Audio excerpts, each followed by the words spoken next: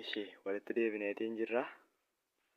Mata dureen keenya guyyaarraa The Rise and Expansion of Islam jedha. Ka'umsaa fi babal'insa yookaas babal'atiinsa Islaamummaa kan jedhudha. Islam is a religion preached in Arabia by the Muhammad in the 7th century AD jedha jechuudha. Islaamummaan amantii Muhammadiin Arabiyaa keessatti jaarraa torbaffaa keessa lallabamedha jechuudha. He was born in Mecca about 570 AD. Innis yookaas Muhammad kuni Makkaa keessatti bara 570 AD keessa yookaas after days kan dhalatedha jechuudha. Muhammad preached that there is only one God. Muhammad kuni waaqa tokkichatu jira, innis that is Allah, and waaqni jiru sun Allah akka jedhamutti jechuudha. And he or Muhammad was his messenger. Muhammad kun immoo akka ergamaa Rabbiitti akka ergametu lallabe yookaas barsiise jechuudha Makkaa kana keessatti. Islam is an Arabic word for submission to the will of Allah. And the Muslims are those who believe in this preaching. Muslimummaa Islaama jechuun jecha afaan Arabaa submission to the will of Allah, fedha Rabbiitiif bitamuu kan jedhudha jechuudha. Akkasuma immoo Muslims yookaan Musliimota kan jennu immoo those who believe in this preaching. Barsiisa yookaan lallaba Muhammad kana duukaa kan bu'an yookaas kan isa amanan immoo Musliimota jedhamu jechuudha. Islam is a religion and a way of life. Islaama jechuun amantiidha yookaas religioniidha, akkasuma immoo karaa jireenyaati jechuudha. Muslims believe that the Quran, the holy scripture of Islam, is a word of Allah as revealed to the Muhammad the Prophet. Yemmuu akkas jennu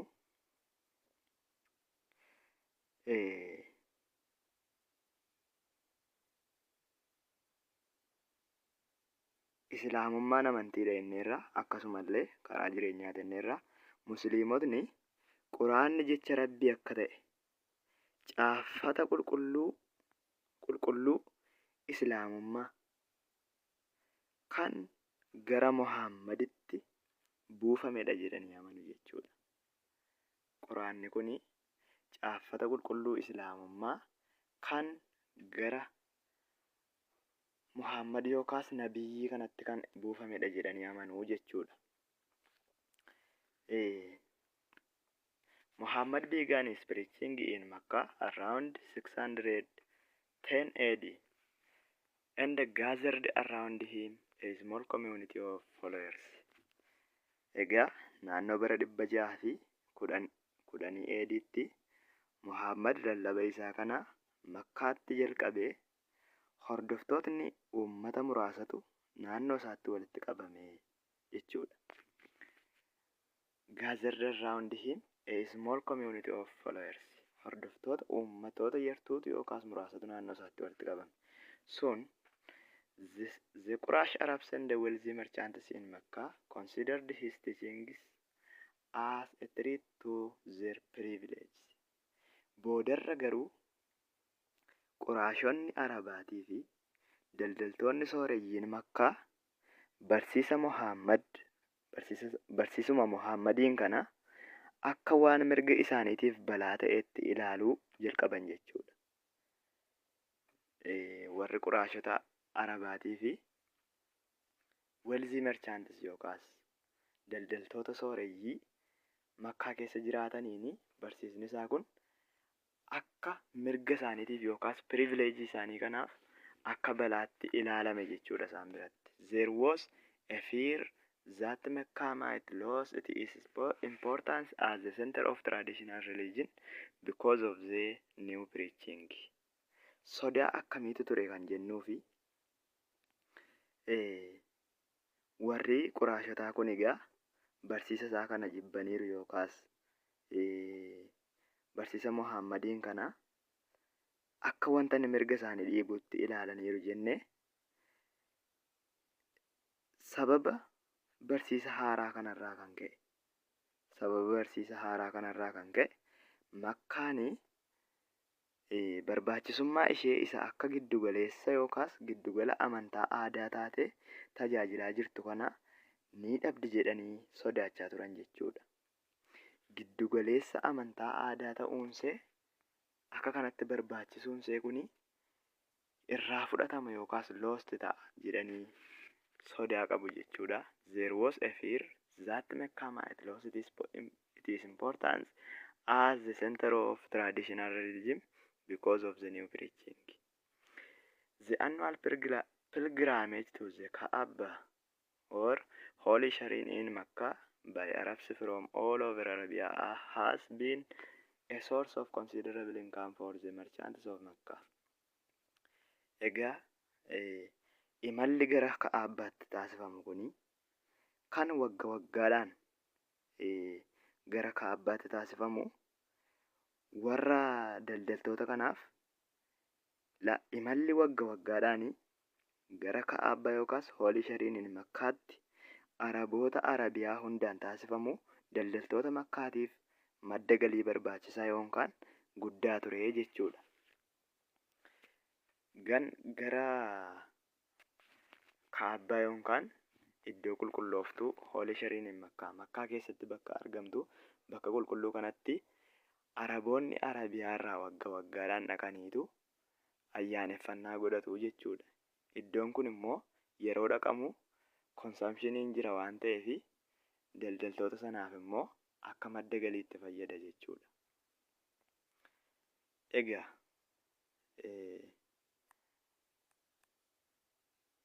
madda galii barbaachisaa akka inni isaaniif ta'e ilaallee jirra. Thus Muhammad and his followers faced persecution. Sababii bakka kana bakki kun hin dhaqamu taana erga ta'eeti Muhammadii fi hordoftoota isaa kana maaltu mudate yookaas maaltu irra ga'e persecution yookaan ari'annaatu irra ga'e and several attempts were made to kill him. Akkasitti Muhammadii fi hordoftoota isaa ari'atamni isaan mudate. Isa yookaan illee Muhammadiin ajjeesuuf illee yaaliin guddaan godhamee ture jechuudha. Muhammadiin ajjeesuudhaaf yaalanii akka turanis seenaan ni dubbata. Because of this, in 622 AD, Muhammad and his followers retreated into the town of Yathrib, later renamed as Madinat al-Nabi or City of the Prophet or Medina. Egaa sababa kanaaf Muhammadiif hordoftootni isaa gara magaalaa Yaasriibitti kan boodarra Madinat al-Nabi yookaan magaalaa Nabiyyii yookaan magaalaa Madiinaa jedhamtee kan moggaafamtetti baqatan jechuudha. Muhammadii fi hordoftoonni isaa kun bakka kanatti akka baqatan seenaan ni dubbata jechuudha. Asirraa egaa kan nuti qabachuu qabnu maaliif akka isaan gara baqannaatti dhufanis ari'atamuun isaanii kunis maaliif akka ta'e ibsameetiin jira jechuudha. Taateen amma ta'e kun this event is known as Hijra or retreat and the Muslim era dates from the Hijra by which 622 became year 1 in Islamic calendar. Egaa taateen kuni Hijiraa kan jedhamuun beekamudha jechuudha. Taateen gara Yaasribitti adeemamuun kuni Hijiraa jedhamee beekama. Akkasumas barri musliimotaa Hijiraa irraa kan jalqabu yommuu ta'u barri 622 bara tokko ta'ee kalaandarii musliimaa keessatti kan mul'atus kanumaafidha jechuudha. Barri musliimotaa amma irraattillee akkuma kan warra kiristaanotaa dhaloota Kiristoos irraa ka'ee lakkaa'amu taatee nabiyyi Muhammad kanarratti ta'e kanarraa ka'anii lakkaa'atu jechuudha. Barri 622 kunis bara tokko ta'e islaamik kalaandarii yookaas kalaandarii isaanii keessatti.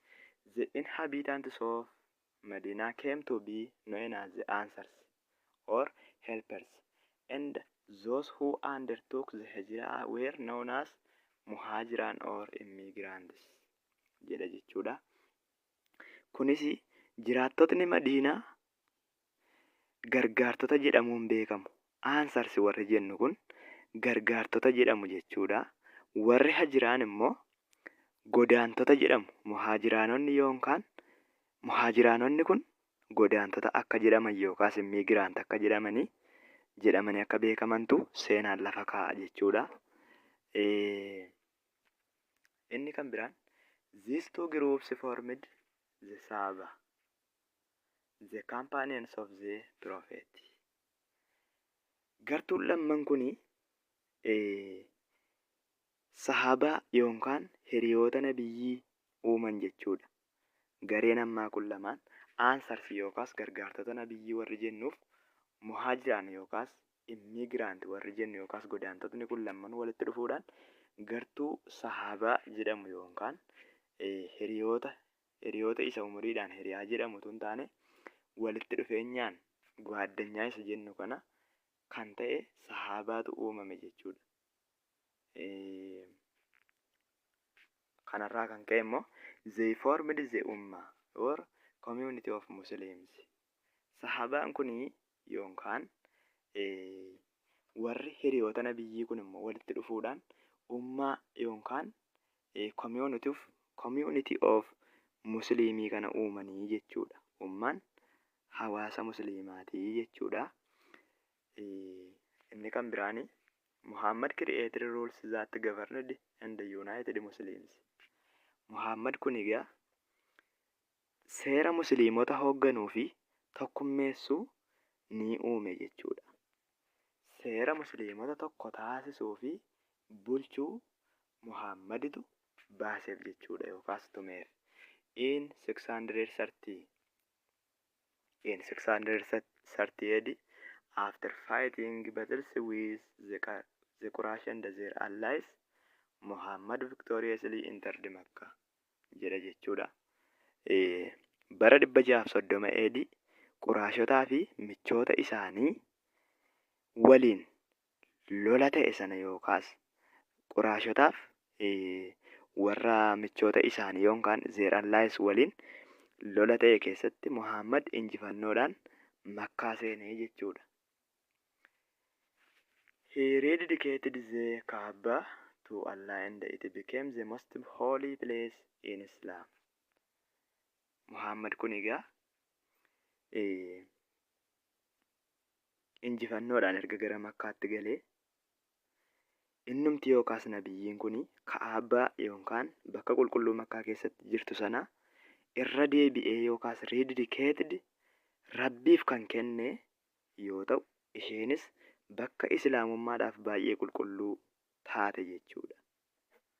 Bakka islaamummaadhaaf baay'ee qulqulluu kan taate Hoolii Shariiniin Makkaa kan jennu kun Kaabaa kan jennu kan duraan isaan keessaa baqatan kun irra deebitee akka isheen Rabbiidhaaf kennamtu godhe jechuudha. Isheenis iddoo baay'ee qulqulluu islaamummaadhaaf iddoo baay'ee qulqulluu taate jechuudha. In the next 2 years, Muhammad worked to unite the Arabs under Islam and established the control over much of Arabia through both diplomacy and war jedha jechuudha. Kunis waggoota lamaan itti aanan keessatti Muhammad Araboota islaamummaa jalatti walitti qabuuf hojjete. Akkasumallee Araboota baay'ee irratti karaa dippiloomaasii fi waraanaatiin to'annoo hundeesse jechuudha. Muhammad kun dippiloomaasiidhaa fi karaa firummaa uumuutii fi karaa waraanaatiin akka inni mootummaa Araboota kanarratti yookaas Arabiyaa keessatti hundeessedha jechuudha. He died in 632 AD, but the faith that he proclaimed continued to spread jedha jechuudha. Kun immoo maalidha yoo jenne inni yookaan nabiyyiin yookaas Muhammad kun bara 632tti du'e amantiin inni lallabe yookaas proclaimed godhe kun garuu bal'achuusaa ittuma fufe jechuudha. inni du'eedhaaf amantiin inni fide hin duune jechuudha. Babal'atiinsa isaa itti fufee. The prophets immediate successors were called caliphs. Bakka bu'ootni battalaa immediate successoriin Muhammad yookaas bakka bu'oonni atattamaa kaliifaa jedhamanii waamaman jechuudha. Kaliifaan the immediate successor of the Muhammad jenna jechuudha. The first four caliphs were Abu Bakar bara 632 hanga 634 eediitti kan ture. Abu Bakarii akka ta'edha. Umarii, Usman and Ali, all of whom were tied to the prophet through marriage jedha jechuudha. Kaliifotni jalqabaa arfan Abu Bakar, Usman, Alii fi Umar turan. Hundi isaaniis karaa fuudhaaf heerumaatiin nabiyyiitti hidhamanii turanii yookaas nabiyyiitti hidhamanii jechuudha. Through marriage yookaas karaa fuudhaaf heerumaa tied yookaas itti hidhaman jechuudha. When the third caliph or Usman was murdered by a group of Muslims who had revolted because they were offended by some of his policies, Ali was elected caliph or imam of Medina. Kana yommuu jennu immoo yommuu kaliifaa sadaffaan Usmaan garee musliimotaatiin ajjeefaman yookaas kanneen wajjin wal lolaa jiran sanaa wajjin yommuu ajjeefaman, sababni isaas immoo gareen musliimotaa suni imaammata Usmaan yookaas poolisii Usmaan waan mufataniif ture jechuudha. Yommus Aliin kaliifaa yookaan imaama Madiinaa ta'ee filatame jechuudha. Erga Usmaan kun du'eeti yookaan kaliifaa sadaffaan kun erga du'eeti, innis sababa poolisiin isaa yookaan imaammatni isaa kun mufatameefitu du'ee. Ergasii immoo Aliitu yookaan isa xumuraa kanatu imaama yookaan kaliifaa Madiinaa ta'ee muudame jechuudha. His election was not, however, accepted by some of the companions, particularly Muawiyah, governor of Syria. Filannoon isaa kun jechuudha, Aliin kun filatamuunsaa hiriyootaan yookaan kaampaaniinota sanaan keessattuu Muawiyyaa kan jennu kun bulchaa Sooriyaatiin fudhataman arganne jechuudha. Did not accepted jedha waan ta'eef jechuudha. Hin fudhatamne jechuudha. Governor of Syria. Muawiyyaan kun bulchaa Siiriyaati. Election yookaan filannoo Alii kanarratti waliif hin galle jechuudha. This resulted in a civil war between the followers of Ali and those of Muawiyah. Kun immoo yookaanis filannoo kana jibbuunsaa bu'aansaa hordoftoota Alii fi Muawiyyaa gidduutti waraana siviilii kaasuu isaati jechuudha. Waraanni siviilii gartuu Aliitii fi Muawiyyaa kana yookaan bulchaa Siiriyaa kana gidduutti civil wariin uumamuunsaa immoo sababa Muawiyyaan filannoo Alii kana mormeef jechuudha. Ali agreed to the formation of an arbitration committee of 2 members, one representing him and other Muawiyah. Kana yommuu jennu immoo Aliin akka koreen giddu galeessaa yookaas jaarsummaan uumamuufitu irratti walii gale jechuudha. Agreed to formation of the arbitration. Gareen tokko kan isa bakka bu'anii fi kaan immoo Muawiyyaa akka bakka bu'aniif jechuudha. Aliin arbitration committee yookaan jaarsummaan yookaas arbitration akka uumamuufitu fedhii godhate. But many of Ali's followers rejected the idea of arbitration and abandoned him. Haa ta'u malee garuu miseensotni Alii hedduun isaanii garuu yaada maree yookaan arbitreeshinii jedhu kana kuffisanii isa dhiisan yookaan abbaan dandi godhan jechuudha. Kuffisanii isa dhiisan yaada maree jedhamu kana fudhachuu hin jibbanii jechuudha. Gartuudhumti alii kan ta'an. They came to be known as Harijites, those who withdrew jechuudha. Warroonni maree kana didan kun isaan kuni Harijites yookaas warra bahan those who withdraw jedhamuun beekamu jechuudha. Warri maree kana dide amma egaa kunoo musliimummaa yookaas islaamummaa kana keessatti gartuun caccabiinsi gartuuwwanii uumamuu akka jalqabe asirraa nuu ibsa jechuudha. Warra bahan kan jedhaman kun Harijites jedhamu jechuudha. Gartuudhuma alii ta'anii warra arbitreeshinii aliin barbaade sana mormanidha jechuudha warri kuni.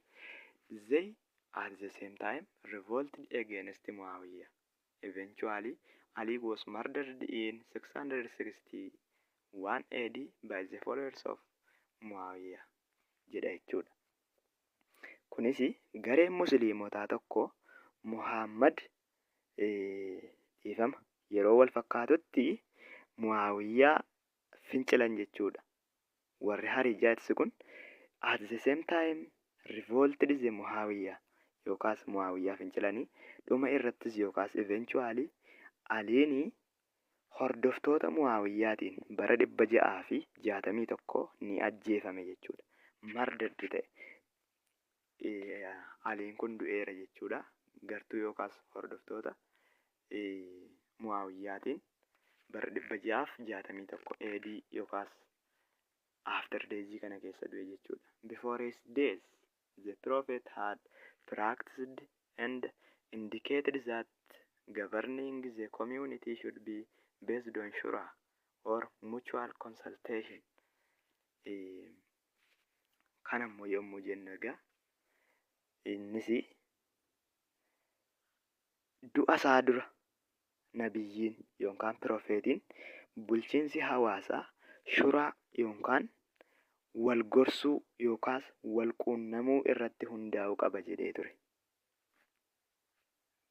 Muhammad kuni yookaan nabiyyiin utuu hin du'in dura bulchiinsi hawaasaa shuraa yookaan mutual consultation walitti wal quunnamanii yookaas waliigaltee hawaasaa irratti hundaa'uu qaba wanta jedhu yaada kaa'ee ture jechuudha. When he died, Muslims disagreed about who should be chosen to be the leader of the community. Kun egaa yeroo inni du'e musliimotni waa'ee kan hoogganaa uummataa ta'uudhaaf filatamuu kan qabu irratti waliif hin galle yookaas disagreed ta'an jechuudha. Muhammad seerri ittiin bulamu kun tokko wal quunnamuu yookaan shuraa kan akka inni ta'e kaa'eera. Yeroo sanatti musliimonni eentu uummata geggeessa kan jedhu irratti waliif hin galle jechuudha. One group of Muslims felt that Muhammad had designated his son-in-law Ali or husband of Fatima as his successor. Egaa Muhammad du'eera waan ta'eef gareen musliimotaa tokko Muhammad kuni ilma isaa Ali yookaas abbaa manaa Faaxuma yookaas intala isaa kana ilma isaa isa kallattiin utuu hin taane amaaroma isaa kanaaf jechuudha. Amaaroo isaa Ali yookaan abbaa manaa Faaxuma akka bakka bu'aa isaatti isa moggaasee kan jedhutu itti dhaga'ame jechuudha. Kun garee tokkodha jechuudha. Aliin akka bakka bu'aa isaatiittitu isa kaa'ee nabiyyiitu jedhanii kan amanantu dhufe jechuudha.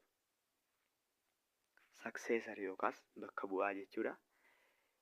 They were known as Shi'at Ali or the party of Ali or Shi'ats jedhamu jechuudha.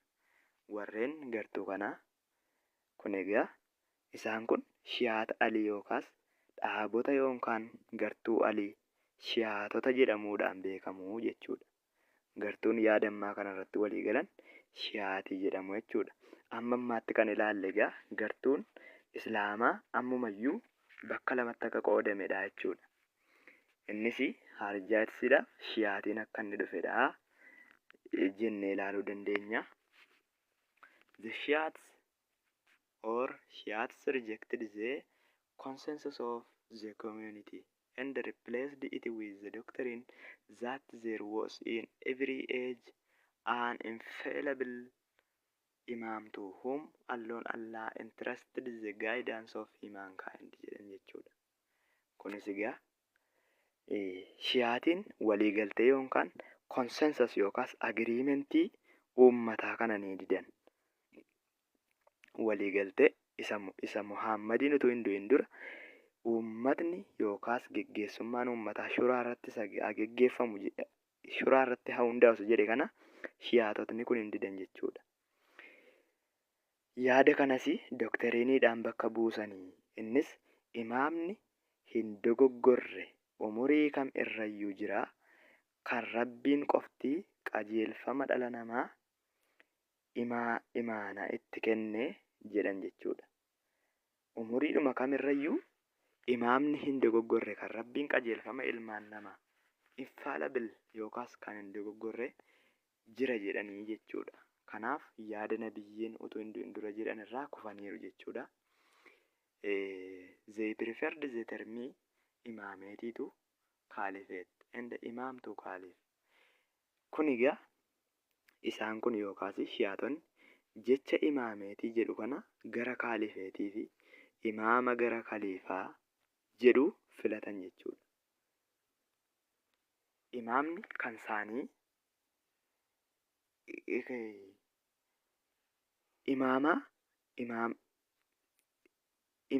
kaalifeetii yookaan imaameetiidha gara kaalifeetii fi imaama gara kaalifaa jedhu kana filatan jennee bira darbuu dandeenya jechuudha. Inni itti aanu immoo the first imam was Ali. Imaamni jalqabaa kun egaa Ali akka ta'etu ibsama jechuudha. Another group felt that any pious male Muslim from Muhammad's tribe could lead the community since there could be no prophet after Muhammad jedhan jechuudha. Gartuu sadaffaan immoo egaa imaamni jalqabaa Aliidha jennee turreerra. Garee kan biraan immoo Musliimni Waaqayyoon sodaatu pious yookaas kan Waaqayyoon sodaatu kan dhiira ta'e akkasumallee qomoo Muhammadiin keessaa kan ta'e hawaasa hoogganuu ni danda'a. Muhammadiin boodatti nabiyyiin hin jiru erga ta'eetii jedhan jechuudha. Nabiyyiin Muhammadiin duubatti hin jiru waan ta'eef qomoo Muhammadiin keessaa kan dhufu kan rabbiin sodaatu pious person kan ta'e akkasuma immoo ilmoo dhiiraa kan ta'e kamiyyuu hawaasa geggeessuu danda'a jedhaniitu irratti walii galanii jechuudha. Giruuppii warri kun yookaas garee warri kun akkasitti fudhatan jechuudha. This successor called a caliph. This successor called a caliph was without any divine or prophetic functions. Kun immoo egaa bakka bu'aan kun kaliifaa yookaan kaalifs jedhama. Tajaajila waaqummaa yookaan divine without any divine yookaas nabiyyummaa yookaan prophetic isa jennu kana malee jechuudha. Profeetummaa tokko malee tajaajilli isaa kun itti fufaa'edhan jechuudha. Akkuma bakka bu'aatti malee faankshiniin isaa kun akka waaqummaatti miti jedhanii walii galan jechuudha. They were called Sunnis because they followed the Sunnah, that is the way of the Prophet. Egaa gartuun kun immoo akkuma amma jenne egaa bakka bu'aan sun kaliifaa jedhama. Tajaajilli isaa kun immoo without any divine jedhan jechuudha. Isaan kun sunnii jedhamu. Sababni isaas sunnaa waan hordofaniifi jechuudha. Sunnaa yookaas sunnaan kun immoo karaa nabiyyii jechuudha. They follow the way of prophet jechuu dandeenya jechuudha. Warri sunnii kuni sunnaa waan hordofaniif sunnaan immoo the way of the prophet kan jedhamudha jechuudha. Gartuun sadan kun amma uumamee jira jechuudha. Warri karaa Muhammad hordofan kun karaa nabiyyii warra hordofan sunnii Muslims jedhamu jechuudha. From the struggle among Muslims, the Sunnis emerged victorious. Yommuu akkas jedhugaa qabsoo yookaas struggle qabsoo musliimota gidduutti taasifameen sunniin injifannoodhaan ba'e jechuudha. Sunni gaa akkuma gararraa argine karaa Muhammad yookaas nabiyyiin kun jedheerra waan adeemanii fi xumurattis qabsoo yookaan struggle among Muslims the Sunnis emerged victorious. Injifannoodhaan ba'an jechuudha warri sunniidha. Like the split between Roman Catholic and Eastern Orthodox Christians, the division between Sunni and Shiite Muslims has survived to the present day, with profound impact on later Islamic history jedha jechuudha. Egaa akkuma qoqqoodiinsi yookaas ispliitiin kiristiyaanota kaatolikii roomaatii fi ortodoksii bahaa gidduutti ta'e sana qoqqoodiinsi musliimotaa sunnii fi shiyaatii gidduutti hamma har'aatti illee itti fufee jira. Dhiibbaa gad fagoo yookaas profound impact seenaa islaamaa duraanii irratti ta'e wajjin jechuudha. Profound impact seenaa islaamotaa irratti dhiibbaa ta'e duraanii wajjiniin qoqqoodiinsi kun hundumti isaayyuu amma irraattiyyuu itti fufee jira jechuudha seenaani. Today, Sunnis or Sunnites comprise 90% of the world's total Muslim population jedha jechuudha. Most Shiites live in Iran. Egaa warri sunni kuni musliimotni addunyaarra jiran ammaa kuni persentiin 90 sunniidha yookaas warra karaa nabiyyii hordofudha jechuudha. Warra karaa nabiyyii hordofutu persentii 90 addunyaa kanaa keessaa musliimota harka persentii comprise yookaas include kan hammatu persentii 90 sunniidha jechuudha. Most Shiites live in Iran, Lebanon, Iraq and Yemen. Shiyaatotni baay'een shiyaatotni hedduun yookaas baay'een Iraan, Iraaq, Libaanosii fi Yemen keessa jiraatu jechuudha. Bara har'aa kana Yemen, Libaanosii fi Iraaq faa kana keessa kan jiraatan warra shiyaatii kanadha jechuudha. The major doctrinal differences between Sunni and Shiite Islam are the following. Egaa garaagarummaan yookaas the major differences kan jennu kun garaagarummaan doktiriinii sunnii fi shiyaatii gidduu jiru kanneen armaan gadiiti jedha jechuudha. Mee haa ilaallu. Garaagarummaan kun kan armaan gadiiti jedha. The source of Sunnite law are the Quran, the Hadith, the consensus of the community and analogy. Egaa warri sunni maddi seera isaanii Quraana, Hadiisa, waliigaltee uummataa yookaas consensus of community fi analogy yookaas walfakkeessuu yookaan walfakkeenya kan jedhu kuni madda seera warra sunnaayitiiti jechuudha.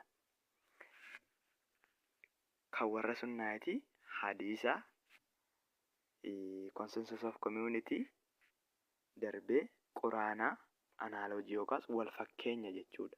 Kun madda seera warra sunnaayiti yommuu ta'u, the four bases of the Shiite law are the Quran, the Hadith of the Prophet and of the Imams, the consensus of the Imams and the reason jedha jechuudha. Kun immoo maanni bu'uuraaleen seera warra Shi'aatii arfan Quraana, hadiisa nabiyyii fi imaamotaa yookaan the hadith of the imams and the prophet kan jennudha. Waliigaltee imaamotaa yookaas consensus of the imams jechuudha. Consensus of the imams fi sababa yookaan riizaniidha jechuudha. Kun immoo kan warra sunnaa'e warra shi'aatiiti jechuudha. Warra shi'aatii yookaan gartuu warra Alii jala jiran sanatu seerri isaanii kun kanarratti hundaa'a jechuudha. Besides, Sunni Islam accepts the belief in the coming of the Mahdi, the rightly guided one, who restores justice.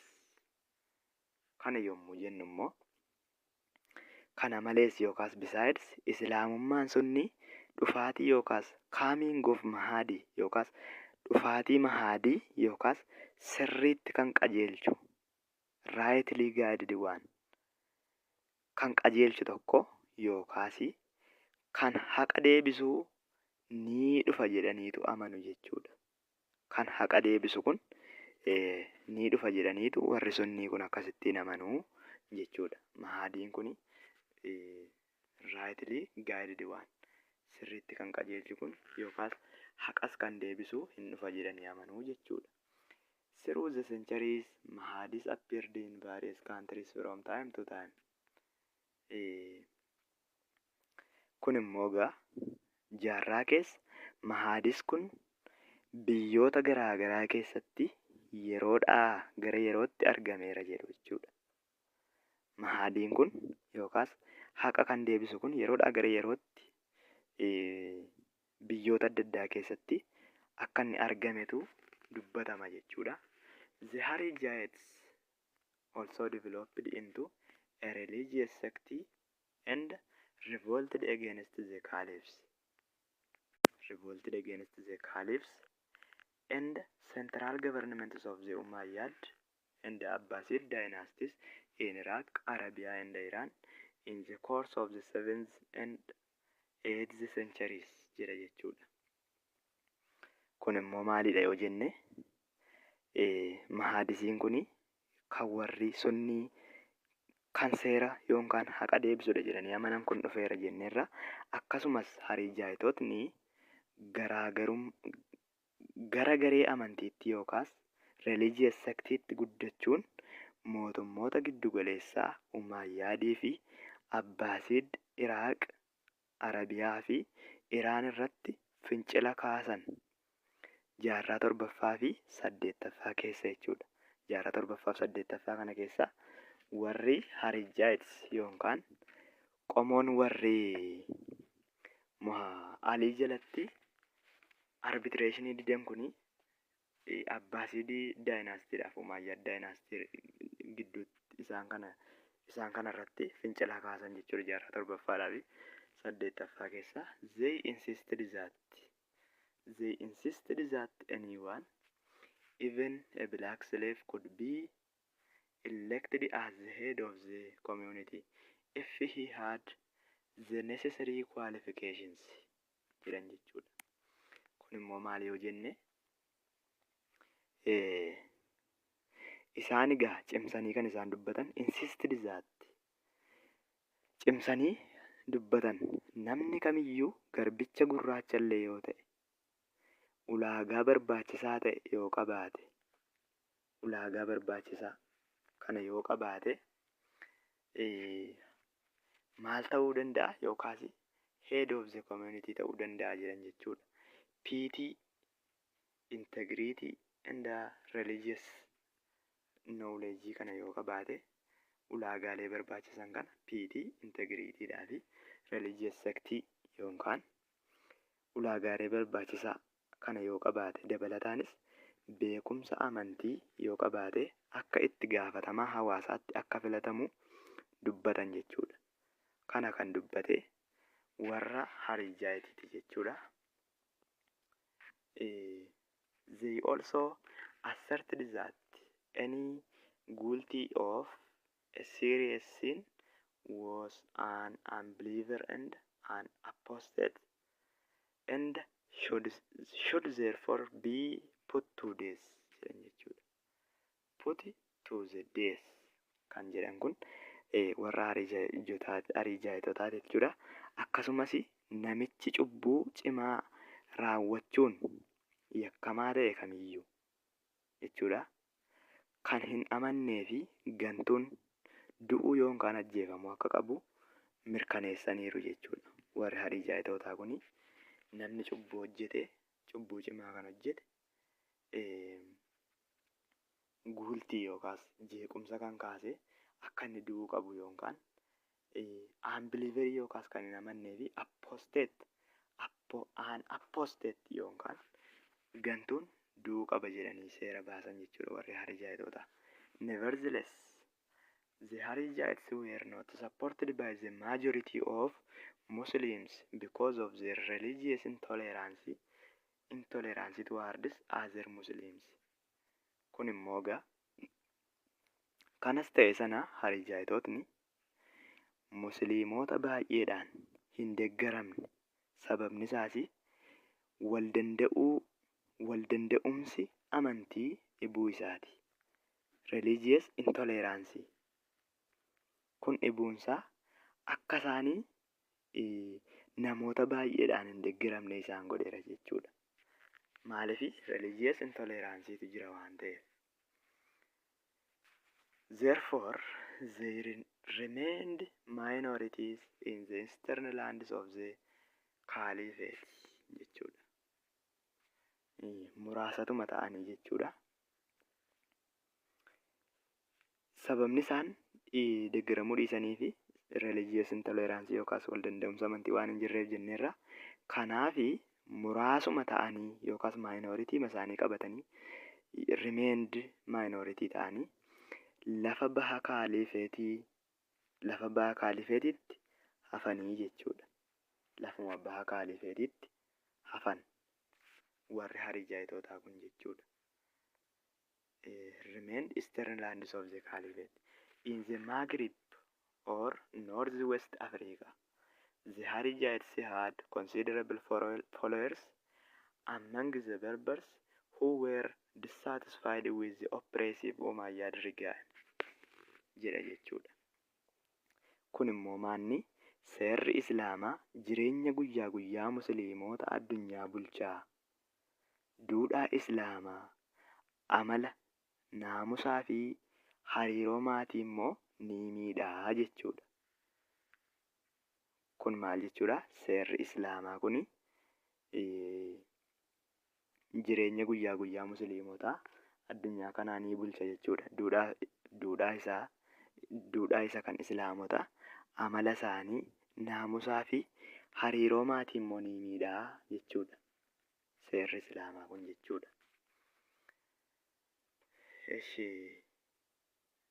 The Harijites are considerable followers and the Berbers who were dissatisfied with the oppressive kan jennu kanadha jechuudha.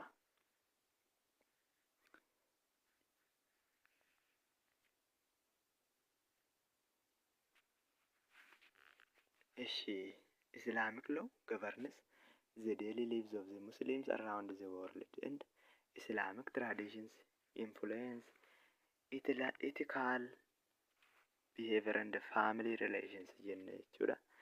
Muslim scholars developed the Sharia. Hayyootni Musliimaa kuni Shariyaa kanatu dagaagsan jechuudha. The term Sharia refers to a body of Islamic law that includes the interpretation of the Quran, examples of behavior from Muhammad's life and Muslims traditions jechuudha. Egaa hayyootni Musliimaa Shariyaa dagaagsan jenneerra. Jechi Shariyaa jedhu qaama seera Islaamaa kan ibsuu fi kan hiika yookaan qorannoo Quraanaa, interpretation of the Quran, qorannoo Quraanaa of keessatti kan hammate agarsiisa jechuudha. Akkasumallee fakkeenyota amala jireenya Muhammad irraa fi duudhaa Musliimaa irraa kan dhufedha jechuudha. jechuudha yookaan aadaa musliimaarraa kan dhufe jireenya Muhammadiirraa fakkeenyota argamaa turan. Examples of the behavior from Muhammad's life. Kanarraa kan dhufe kun shari'aa jedhama jechuudha. It applies all religious principles to all legal situations that govern every aspect of individual and community life. Kun immoo maal egaa qajeelfamoota amantii hunda hojiirra oolcha jechuudha. It applies all principles of life. Haalota seeraa kan gama jireenya dhuunfaa fi hawaasummaa hoogganan hundas hojiirra ni oolcha jechuudha. Shari'aan kun jechuudha.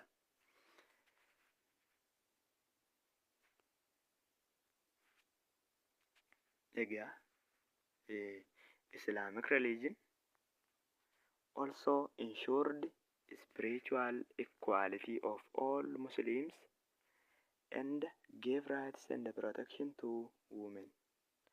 Islam encouraged education for men and women so that all Muslims could study the Holy Quran jedha jechuudha.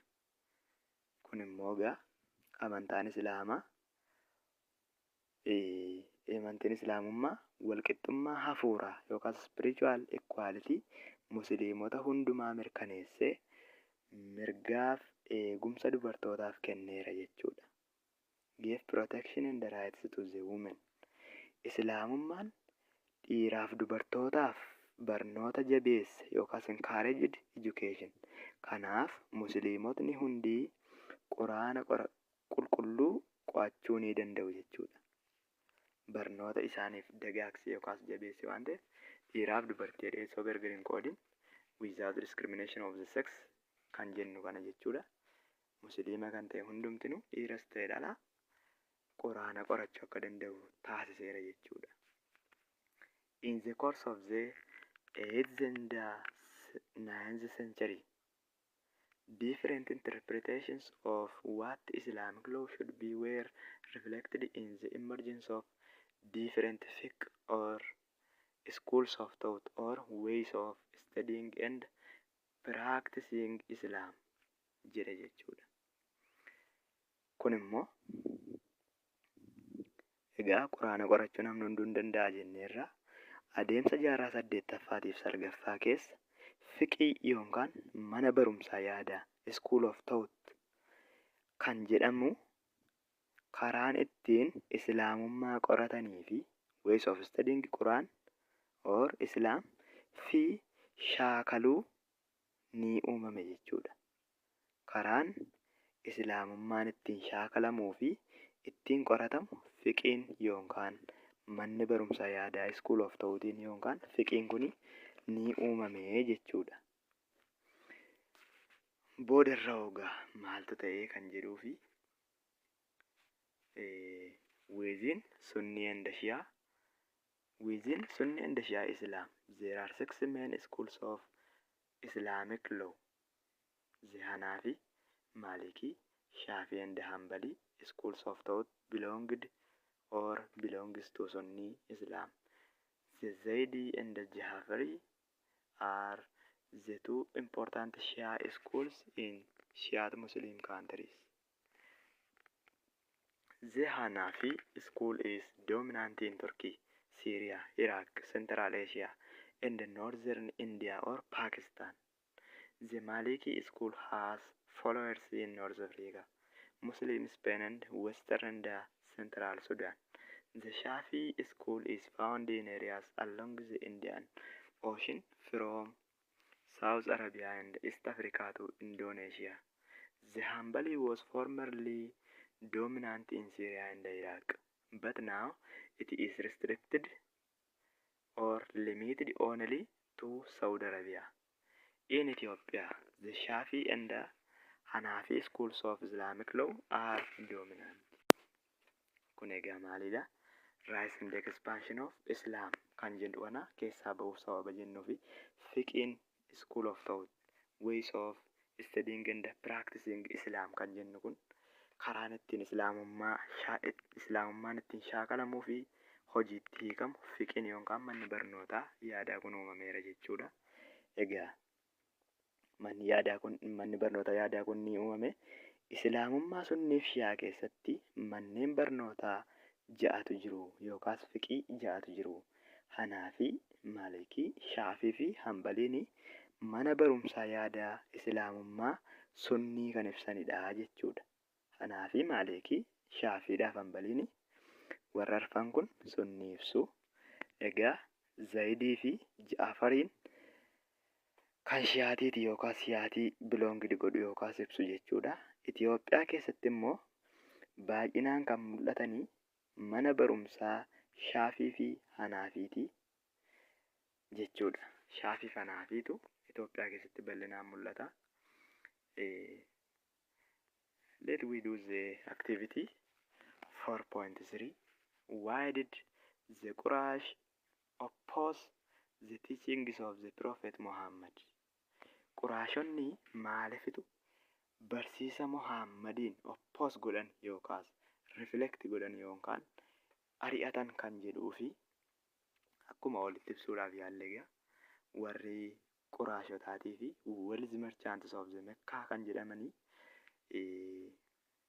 Muhammadiin ari'ataniiru, barnoota isaas ari'ataniiru jenninnis sababni isaa barnootni isaa kuni sababa barnoota haaraa inni fide kanaatiif Makkaan akka aadaatti yookaas duudhaa amantiitti barbaachisummaa isa qabdu kan hin dhabdii jedhanii waan tilmaamaniif jechuudha.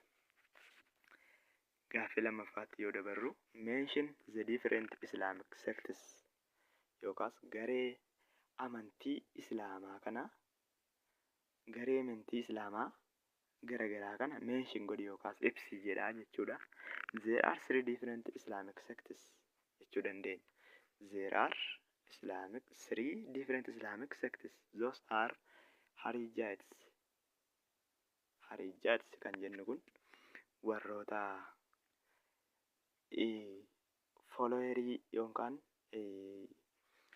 hordoftoota Alii ta'anii yommuu Muawiyyaanii fi Aliin wal loluudhaaf jedhan sanatti Aliin yookaan imaamni kun Muawiyyaa yookaan bulchaa Siiriyaatii wajjin waliigaltee yookaas arbitreeshinii uumuu yaannaan gartuudhuma Alii ta'anii warri didanii lolatti amanan Harijites jedhamu jechuudha. Inni kan biraan sunnii warra sunnaa hordofan jechuudha. Sunnaan immoo karaa nabiyyii sana jechuudha. Isaan immoo sunnii jedhamu. Inni kan biraan shi'aatiidha jechuudha. Shi'aatiin immoo warra kan Muhammad kan imaama Alii jalatti bulaa turan sanadha jechuudha. Kanaaf sadeetu jiru jenneerra sunnii, shi'aatiidhaa fi Harijites jenne. Gaaffii sadaffaan describe the differences between Sunni and Shi'at Muslims. Garaagarummaa sunniidhaaf shi'aatiin gidduu jiru ibsi jedha. Sunniin akkuma ibsuudhaaf yaalle sunnaa hordofu yookaas karaa Muhammadiin yookaan nabiyyii sana hordofu, shi'aatotni immoo imaama sana hordofu yookaas karaa isa kan saatii sana miti jechuudha. Fakkeenyaaf Muhammad yookaas nabiyyiin bulchiinsi hawaasaa shuraa irratti hundaa'uu qaba yookaas mutual consultation yookaas wal arguu yookaan wal quunnamuu irratti hundaa'a jedhe. Isaan warri kun immoo shuraa sanaa doktiriinaaliidhaan bakka buufatan jechuudha warri shi'aatii. Kanaaf garaagarummaan jiru kanadha. Afuraffaan to which sect did the above caliphs or imam belong jedha jechuudha. Kan armaan olitti ibsaman kana keessa caliphs yookaan imaamni eenyuun ibsaa jedha. Caliphs yookaas kaliifaan kan warra sunniiti jechuudha. Imaam kan jennu immoo kan warra shi'aatiiti jechuudha. Shi'aat Muslim groups belonged imaam jechuu dandeenya. Garaagarummaan isaanii kanadha. Mata duree kan biraatti yoo dabarru the rise of Islamic Empire kan jedhu ka'umsa Empire Islaamaa kan jedhu kanatti yoo dabarru egaa Muslim Arabs expanded outside Arabia under the first 4 caliphs jedha jechuudha. Musliimotni Arabiyaa alatti yookaas outside Arabiyaa kaalifoota jalqabaa arfan jalatti babal'atan jechuudha. Kaalifootni jalqabaa arfan immoo Abubakar, Usmaan, Umar fi Aliidha jenne jechuudha. Arabiyaadhaa alatti musliimummaan yookaas amantaan islaamaa jarreen kana jalatti babal'atanii jechuudha. Motivated by economic and political objectives, the Muslim Arabs won a very serious victories over the Byzantine and the Persian armies jedha jechuudha. Kun immoo kaayyoo siyaasaatii fi dinagdeetiin kakaafamuudhaan yookaas motivated ta'uudhaan objectives yookaas kaayyoo sanaan kakaafamuudhaan musliimotni Arabaa injifannoo wal duraa duubaa yookaas serious victories injifannoo wal duraa duubaa waraana Faarisii yookaan Pershiyaaf Byzantine irratti mo'atan jechuudha. Maaliin kakaafaman jenne kaayyoo siyaasaatii fi kaayyoo dinagdeetiin jechuudha. Kanarraa kan ka'e Byzantineidhaa fi Pershiyaa irratti injifannoo argataniiru jenne. They crushed the Byzantine army and occupied Syria and Palestine, including Jerusalem, in the campaign of 634 to 636 AD jechuudha. Kun immoo maalidha?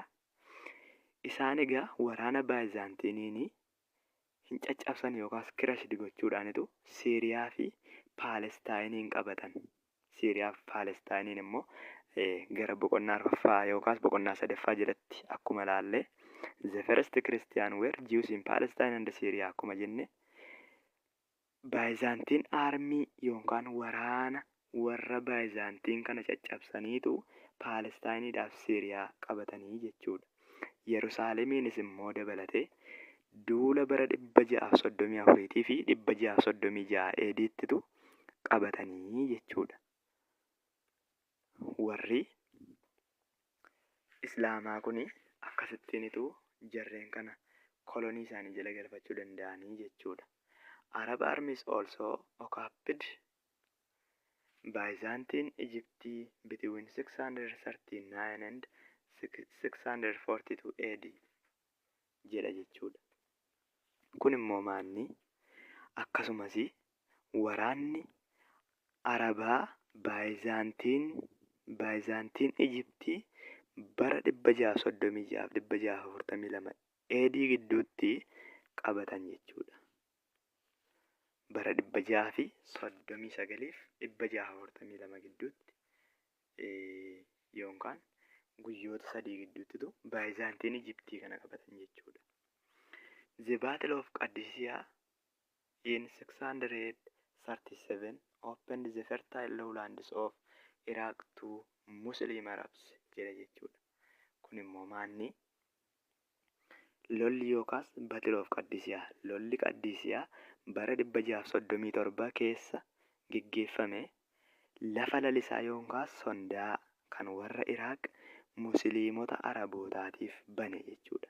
Lola sana irratti fertile lowland of Iraq opened to the Muslim Arabs. Waraana Arabootaa kanaafitu baname jechuudha. Lafti bareedaan yookaas sondaan kun jechuudha. Dirree waraanaa Qadisiyaa irratti bara 637 jechuudha.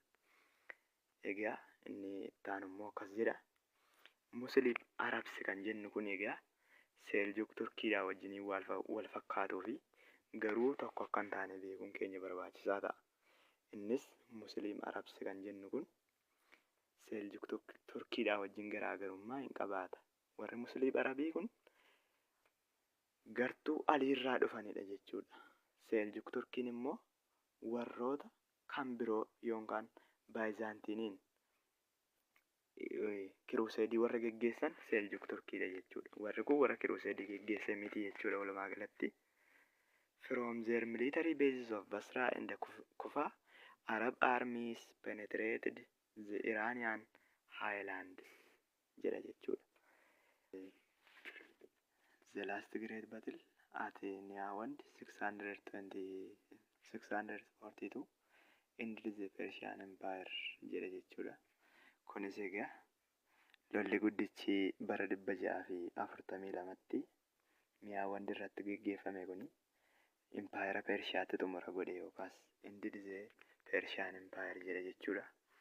By 650 AD they reached the borders of India, North and Armenia or Central Asia jedha jechuudha.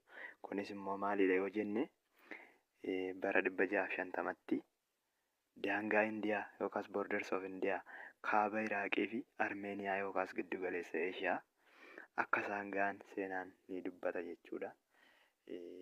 Inni kan biraan immoo the rapid successes of Muslim Arab armies were due to the mutual exhaustion of Byzantine and Persian empires as a result of long wars jedha jechuudha. As a result of long wars. Kun immoo egaa sababa milkaa'ina ariifachiisaa yookaas ariifataa waraanaa musliimota arabaa kan ta'e walii wajjin dhabamuu yookaas mutual exhaustionii impaayera Byzantinii fi Pershiyaa akka sababa waraanota dheeraatti jechuudha. Kanarraa kan ka'e ariifatanii milkaa'uu danda'anii yookaas warri waraanota arabaa kun jechuudha. Besides, the Byzantine were hated by their subjects because of their harsh taxation jedha jechuudha. Dabalataan illee sababa kan ta'u kan biraanii besides yookaas dabalataanis Byzantinonni gurmuuwwan yookaas saabjektoota isaaniitiin jibbamanii turan yookaas hated by their subjects. Sababni isaa gibira humnaa olii yookaas harsh taxationii isaaniitiif gibira cimaa waan namoota bara sanaarra yookaas namoota yeroo siirra kaa'aniifitu Byzantinonni jibbamanii turan. Kun immoo milkaa'ina waraanota arabaa kanaatiif akka sababaatti keewwama jechuudha. The Christian population in Iran hated the Persian ruling class because of religious differences jedha jechuudha. Kun immoo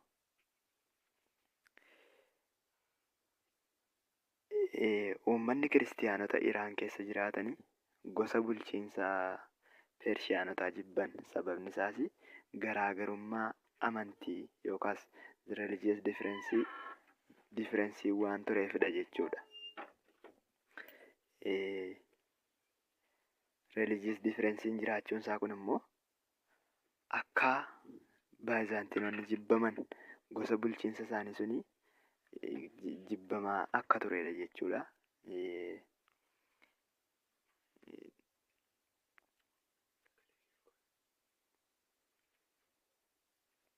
The Persian Empire had also been weakened by dynastic wars before the conquest by Arabs jedha jechuudha. Impaayerri Pershiyaa osoo weerarri Arabootaa hin dhufin dura yookaas before the coming of conqueror of Arabs utuu conqueroriin sun hin dhufin waraanota sarara moototaatiin yookaas dynastic wariidhaan dadhabee ture jedha jechuudha. Kanarraa kan ka'e bara sana keessa dadhabee akka inni turedha.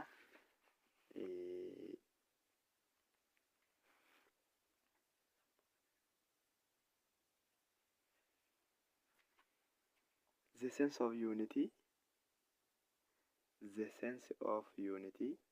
had created among its followers and the desire to glorify the new religion led the Muslim armies to victory jedha jechuudha. Kun immoo maal jechuudha? Miirri tokkummaa Islaamummaan hordoftoota isaa gidduutti yookaas keessatti uumee fi fedhii yookaas fedhii amantii haaraa kabajuu waraana musliimaa gara injifannootti fideera jechuudha. Led to the victorious yookaas victory akka isaan argatan isaan godheera jechuudha. Kana yoo jennu sense of unity suni milkaa'ina isaanii yookaas mo'icha isaanii sana keessatti iddoo ni qabaata jechuudha.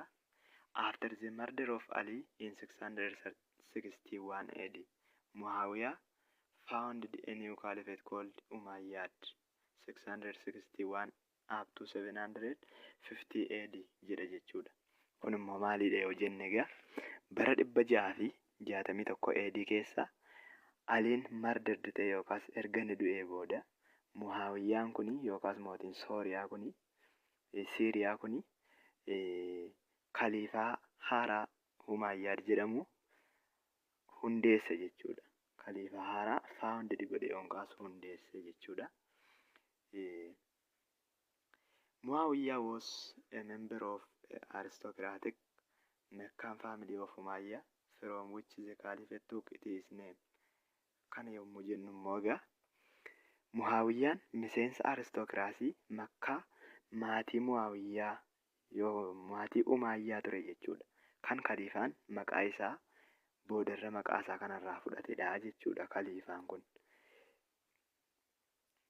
The Umayyads transferred the capital from Medina to the ancient city of Damascus in Syria jechuudha.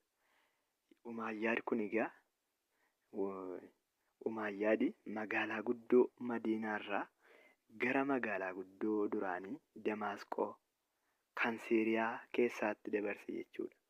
Magaalaan guddoon Damasqoon kun Siiriyaa keessatti kan argamtudha.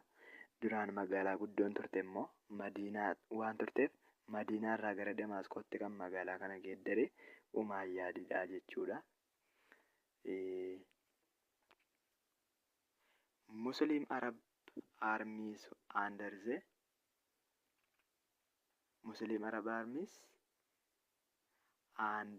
the Umayyad Caliphs won new victories jedha jechuudha.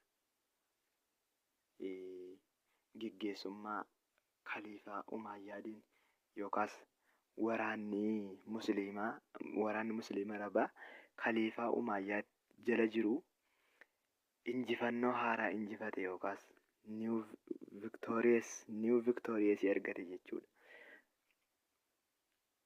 They fought Turkish tribes in Central Asia, sent an expedition into Sindhi in India and reached the borders of China jedha jechuudha. Reached the borders of China. Isaan kun immoo erga injifannoo haaraa argatanii waraanni kun qomoo Turkii yookaas Turkish tribe kan jennu giddu galeessa Eeshiyaa keessatti lolan yookaas fought at the center of Asia. Ergasiis imala gara Sindiitti. Sindiin kun immoo Indiyaa keessatti kan argamtu yommuu taatu haaluma kanaanis erga imala sana erganiitii booda haaluma kanaanis daangaa Chaayinaa ga'an jechuudha. Reached the borders of China jedha jechuudha. They also captured Sicily and completed the conquest of North Africa jedha jechuudha.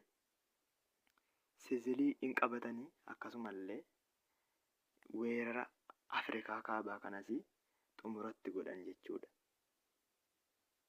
Isaan kun egaa Sicily qabachuudhaan weerara Afrikaa kaabaas ni xumuranii jechuudha baruma sana keessa jechuudha.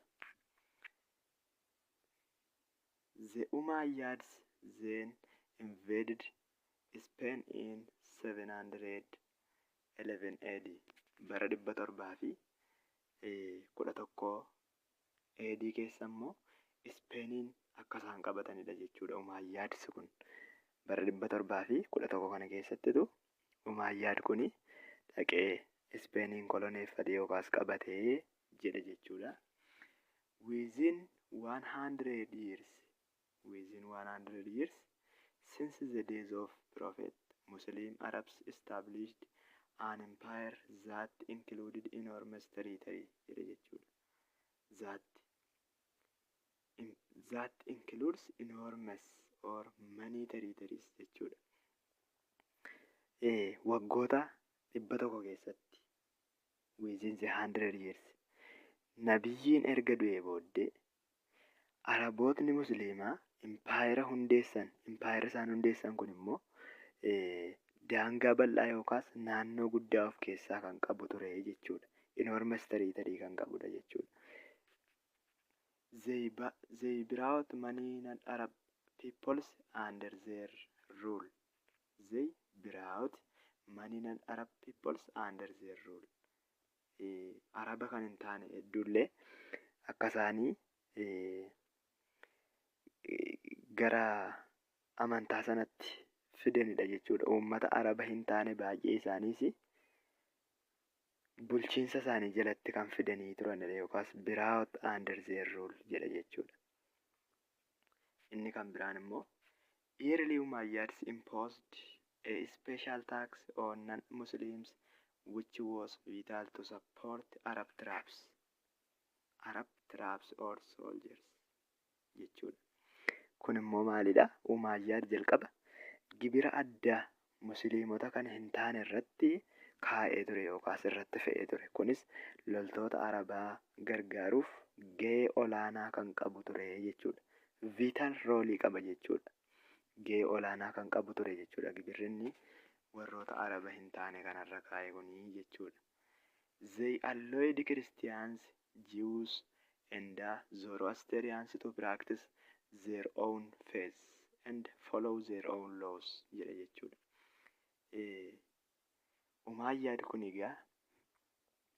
Umayyaad kuni Yihudoonni yookaas Jews kan jennu Kiristiyaanotnii fi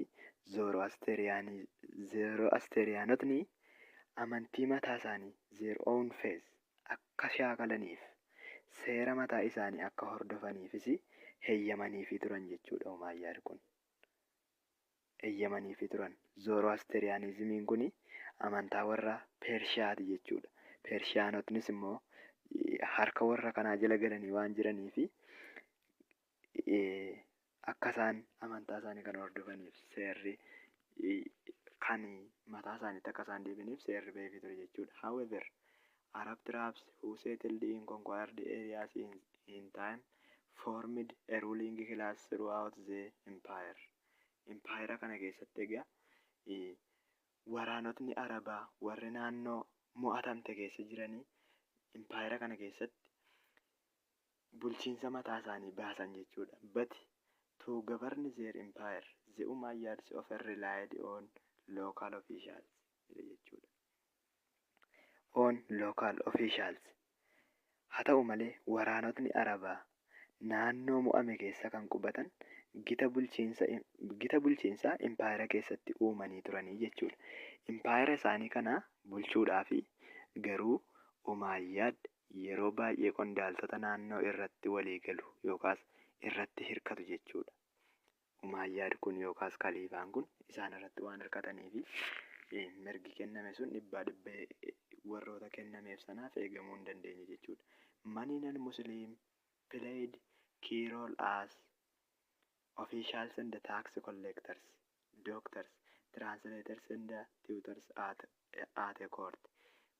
Musliimota arabaa kan hin taanellee non-Muslims kan ta'an kuni akka qondaaltota mootummaatti, akka taaksii kolleektarii yookaas walitti qabdoota taaksii yookaas gibiraatti, akka tiraansleetarii yookaanis warroota afaan irraa gara afaanitti kan hiikanii fi akka barsiisotaatti mana mootummaa sana keessatti gahee olaanaa taphachaa kan turan illee akka warra musliima hin taane ta'e seenaan lafa kaa'a jechuudha. Many others have embraced Islam. Warroonni kaan immoo amantii islaamaa kana embraced yookaas accepted godhan jechuudha. In later centuries, jaarrota ittaanan keessatti Turkish and Mongol converts helped spread Islam across Asia. Jaarraa ittaanu keessatti Turkish and Mongol converts helped spread Islam across Asia jedha jechuudha. Musliimota kan hin taane baay'een gaheewwan ijoo taphataniiru jenneerra akka qondaaltotaatti yookaas ofishaalii fi walitti qabdoota gibiraatti yookaas taaksii kolleektarii akka dokteerotaatti akka hiiktota afaan yookaas tiraansileetariitii fi akka barsiisotaatti mana murtii keessatti hojjetaniiru jechuudha. Namoonni biroo immoo amantii islaamummaa fudhataniiru yookaas imbireessi godhan. Jaarraa boodaa keessa immoo Turkii fi Mongool warri jijjiiramaa islaamummaan Eeshiyaa qaxxaamure yookaas guutummaa Eeshiyaa keessatti akka babal'atuuf gargaaraniiru jechuudha. Akka amantaan kun Eeshiyaa guutummaa keessatti babal'atuuf the Mongol converts helped spread Islam across Asia as the Berbers did in North and West Africa. Akka barbarootni dhiyaa fi kaaba Afrikaa keessatti godhan sana jechuudha.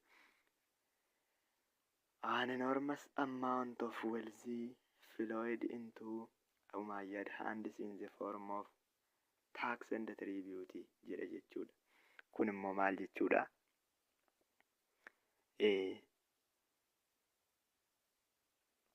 Qabeenyi hammaan guddaa ta'e yookaas enormous wealth kan jennu gara harka Umayyaaditti bifa gibiraatiin yaa'ee ture jechuudha. Bifa gibiraatiinitu harka Umayyaad kanatti qarshii guddaan yookaas galii guddaan yaa'aa ture jechuudha. Eventually the contradictions between the politically and economically privileged minority and the unprivileged majority led to the downfall of the Umayyad dynasty and the establishment of another dynasty by the Abbasids. Kun immoo egaa dhumarratti jechuudha. Dhumarratti yookaas eventually wal faallessuun siyaasaa yookaas contradiction of political and economic kan jennu kuni wal faallessuun siyaasaatiif dinagdee gartuu xiqqaa kan mirga qabu majority privileged minority kan jennuu fi gartuu guddaa mirga hin qabne yookaas majority class warra ta'an kana gidduutti wal faallessuun siyaasaaf dinagdee ka'uudhaan kufaatii mootummaa Umayyaadiif fi mootummaan haaraan yookaas mootummaan biraan Abbaasidiin akka uumamuuf sababa kan ta'edha jechuudha. Akkasidha jechuudha. The leader of the Abbasid revolution was Abul Abbas, who had descended from the prophet. Egaa warraaqsa Abbaasid kanaa fi liideriin yookaas hoogganaan eenyudha kan jennuu fi Abul Abbas kan jennudha jechuudha. Who had descended from the prophet. Hidda dhalootaa yookaas descendii nabiyyii irraa kan qabudha jechuudha Abul Abbas kun. Supported by dissatisfied elements mostly of Shiites and non-Arab Muslims, he captured Damascus in 750 AD jedha jechuudha. Bara 750 AD'tti egaa namichi kun Damaasqoo akka inni qabate illee seenaan lafa kaa'a jechuudha. Hoogganaan kuni Abul Abbas kun egaa namoota hooggansi duraan ture isaanin quufsine yookaas dissatisfied people irra caalaan isaanii immoo shiyaatota kan ta'an most of them is shiyaat fi musliimota kan hin taane nan musliim kan ta'aniin deeggarame jechuudha. Isaaniin deeggaramurraa kan ka'e akka inni gara milkaa'inaatti yookaas gara weeraroota Damaasqoo fa'aa akka inni fidedha jechuudha. Damaasqoo qabateera jechuudha namichi kun. Tole egaa shiyaatotni kuni duraanii hooggansi ture isaan hin quubsine jechuudha. Nan Arab kan jennu kunis gibira humnaa olii Umayyaad yookaas bulchiinsi duraan ture sun kaliifaan duraan ture sun nan Arabii irratti gibira humnaa olii fe'ee waan tureef bulchiinsi Umayyaad isaan hin quubsine. Kun immoo akka isaan Abbaasidiin kan yookaas Abul Abbaasiin kana deeggaraniif baay'ee karaa isaaniif bane jechuudha. Abul Abbas then established the Abbasid dynasty centered in Baghdad which lasted until 1258 jedha jechuudha. Abbaasidota jalqabaa jalatti egaa dhiifama. Abul Abbas kun egaa mootummaa Abbaasidiin yookaas Abbaasid daayinaastii giddugaleessa Baagdaaditti kan hundeesse yoo ta'u kunis hamma bara 1250tti kan xumuramedha yookaas hamma sanatti kan itti fufedha jechuudha.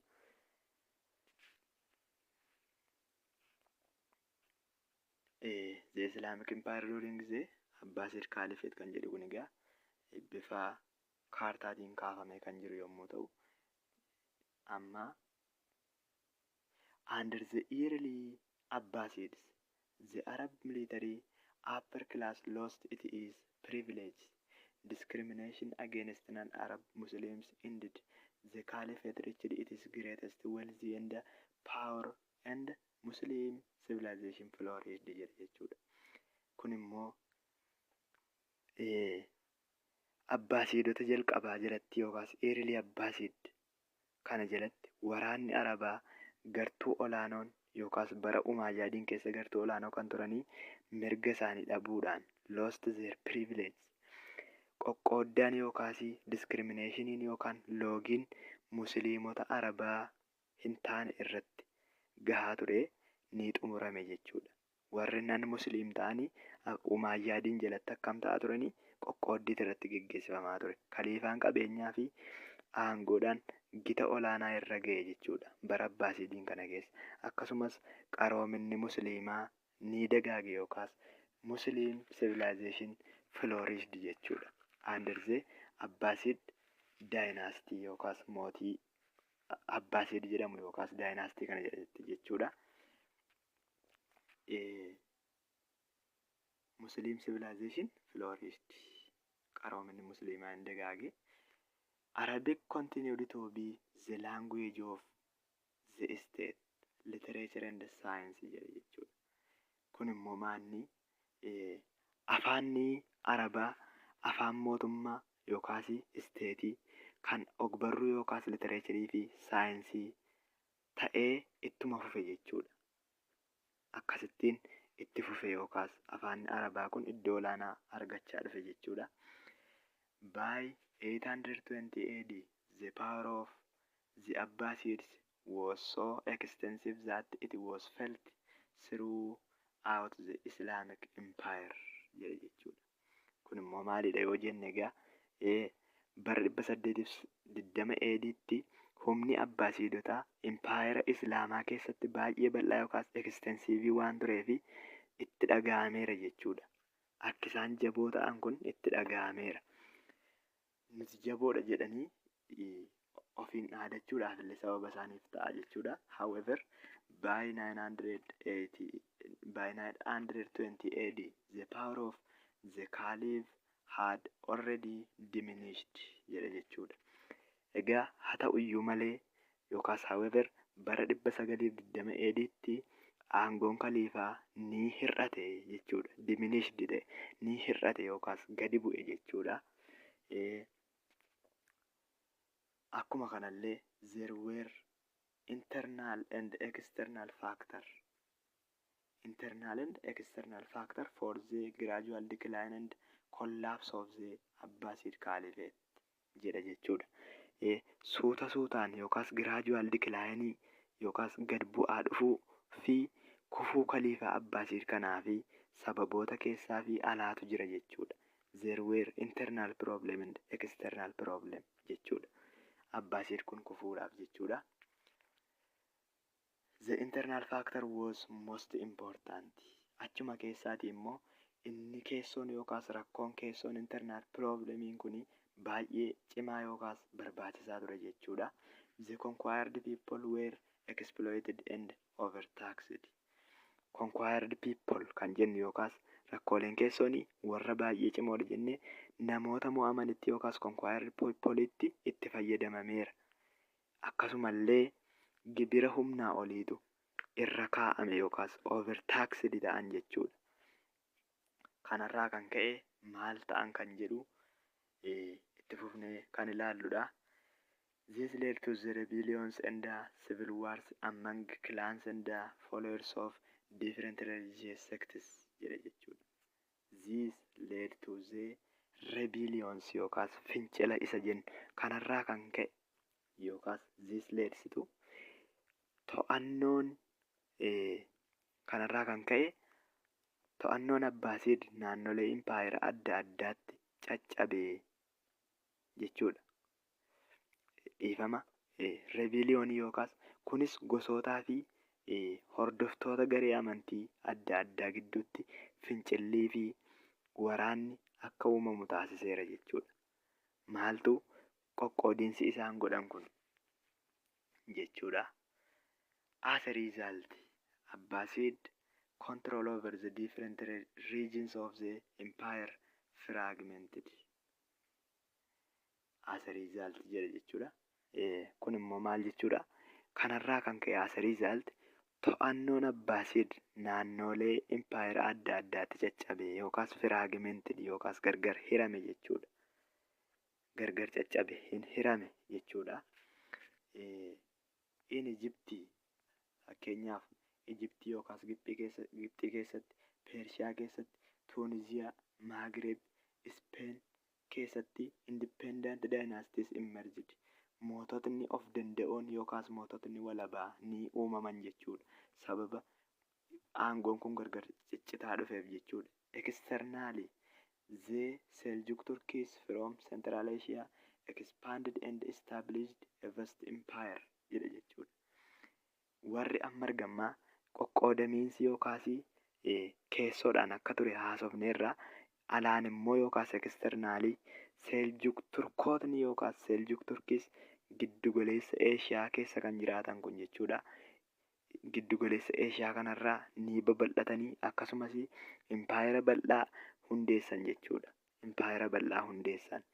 Kun immoo akka warri Abbaasid kun dadhabaa dhufan ni mul'isa jechuudha yookaas sababa kufaatii isaaniiti jechuudha. They became Muslims and controlled Baghdad, making the Caliph the figurehead of the Seljuk Sultan jechuudha. Kun immoo maal jechuudha egaa isaan kun egaa musliimota yookaas musliima ta'anii Baagdaadiinis ni hoogganan. Kaliifaan ammoo mataa fakkii sulxaana Seljukiin akka godhamu taasisan jechuudha. Mataa fakkii Seljuk sulxaanii akka inni ta'u taasisan jechuudha. Haala kanaan Abbaasid daayinaastiin kufuu danda'eera jechuudha. The threat the Seljuk Turkey posed to the Byzantine Empire also led to the Crusades jedha jechuudha. Crusades yookaas fannoon akka dhufu kan taasisedha jechuudha. Doorsisni yookaas threat Seljuk Turkiin yookaas Seljuk Empire Byzantine qabachuuf yookaas poos gochuudhaaf taasisanii ka'umsa fannoo yookaas Crusadiitii fi sababa ta'eera jechuudha. Warri Seljuk kun Byzantine qabachuudhaaf tiriitii yookaas yaalii yookaas doorsisa taasisaa turan. Inni immoo waraana fannoo kanaaf sababa ta'ee jira jechuudha. In February 1258, Mongol troops led by the Hulagu or grandson of Genghis Khan burned and looted Baghdad to the ground, killing the last Abbasid Caliph and his officials jedha jechuudha. Egaa Hulaaguu kan jedhamu fulbaana 1258 keessaa waraanotni yookaas loltootni Mongooliyaa yookaas Mongooliyaan troops hulaaguudhaan kan durfaman saamanii guban jechuudha. Akkasumallee Kaliifaa Abbaasid isa xumuraa fi qondaaltota isaanii ajjeesan jechuudha. Qondaaltota isaatii fi Kaliifaa Abbaasidiin isa xumuraa hin ajjeese jechuudha. Namichi kun yookaas hulaaguudhaan waraanni durfamu kun. The fall of Baghdad marked the end of the Caliphate jedha jechuudha. Egaa gararraatti akkuma dubbanne Abbaasid daayinaastiin kun sentariinsaa yookaas handhuurri isaa Baagdaadiin akka ta'edha. Kufaatiin Baagdaad egaa xumura Kaliifaa argisiise jechuudha. Maaliif sentarii isaaniiti waan ta'eef gubamuun Baagdaadii fi saamamuunsee xumura Kaliifaa Abbaasidiin kana argisiiseera jechuudha. Egaa mata duree kanaa kanumaan kan xumurru yoo ta'u, Legacy of Muslim Civilization yookaas hambaa qaroomina musliimotaa kan jedhu kana yoo ilaallu, the Islamic civilization was in its golden age between 800 and 1200 AD jedha jechuudha. hambaa yookaas leegaasii qaroomina musliimaa kan jedhu kana jalatti bara 800 fi 1200 gidduutti qaroominni islaamaa bara warqii isaa keessa ture jechuudha. Bara warqii isaa yookaas bara baay'ee gaarii isaatii keessa ture jechuudha. It absorbed the traditions of many cultures and embraced all the people who lived under Muslim rule jedha jechuudha. Maal jechuudha kunis aadaa musliimaa keessatti daldaltoonni it absorbed the traditions of many cultures and embraced all the people who lived under Muslim rule. Aadaa yookaas duudhaa namoota garaagaraallee absorbed yookaas akka inni fudhachaa turedha jechuudha qaroominni warra musliimaa kun. Medieval Islamic civilization borrowed freely from the Greeks. Giriikii irraa fa'aa akka inni dhufe Persians and Hindus, Hinduu irraa yookaas warra Hinduizimii irraa fi Pershiyaanota warra yookaas Faaris irraa fi Arabs, Araboota irraa, Jews, Persians, Turkish, Egyptians, Berbers and Spaniards all contributed to the development of medieval Muslim culture jedha jechuudha. Namootni kun hundumti isaaniiyyuu babal'achuu yookaas development dagaagina amantaa yookaas hambaa qaroomina musliimaa kanaatiif gahee taphataniiru jechuudha. But it was at the same time creative and original jechuudha. Yeroo wal fakkaataatti kalaqnii fi uumamni isaa kan mul'ate akka ta'edha jechuudha. Moreover, Islam provided it with general framework and universal language. Arabic grammar, law and theology are some aspects of civilization with typical Muslim character jedha jechuudha. Egaa kun akkuma jirtu yoo ta'e iyyuu merchants were respected in Muslim culture jedha jechuudha. Aadaa musliimaa yookaas duudhaa musliimaa kana keessatti daldaltoonni kabajamoo yookaas baay'ee iddoo olaanaa kan qaban turan jechuudha. Between 750 and 1350 Muslim merchants built a vast trading network across the Muslim Empire and even beyond jedha jechuudha. Kun immoo maal jechuudha? Bara 750 fi 1350 gidduutti daldaltoonni musliimaa kuni toora daldalaa yookaas vast network of trading guddaa yookaas rifachiisaa yookaan baawandi kan ta'e impaayera musliimaa kan qaxxaamuru yookaas guutummaa impaayera musliimaa keessatti ijaaran jechuudha daldaltoonni kun jechuudha. Egaa daldaltoonni baay'ee kabajamoodha jenneerra. Muslim merchants served as agents for the spread of products, technologies, knowledge and culture jedha jechuudha. Knowledge and culture. Kun immoo maal jechuudha? Daldaltoonni musliimaa oomishaalee teekinooloojii, beekumsaa fi aadaa babal'isuu fi akka dhaabbataatti tajaajilaniiru jechuudha. Served as an agent kan jennudha jechuudha. They expanded money economy yookaas money economy yookaan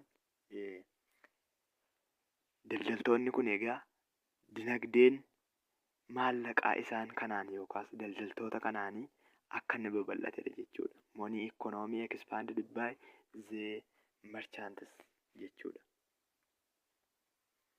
Muslim Arabs were also especially interested in agriculture. Keessattiyyuu immoo yookaas especially musliimonni arabaa naannoo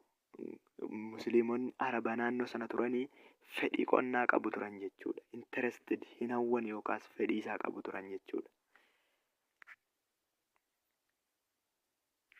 Fedhii qonnaa kana qabu turan jechuudha musliimotni arabaa yeroo sana. Therefore, both the Umayyad and Abbasid rulers took steps to preserve and extend agricultural land by organizing massive irrigation projects jedha jechuudha. Egaa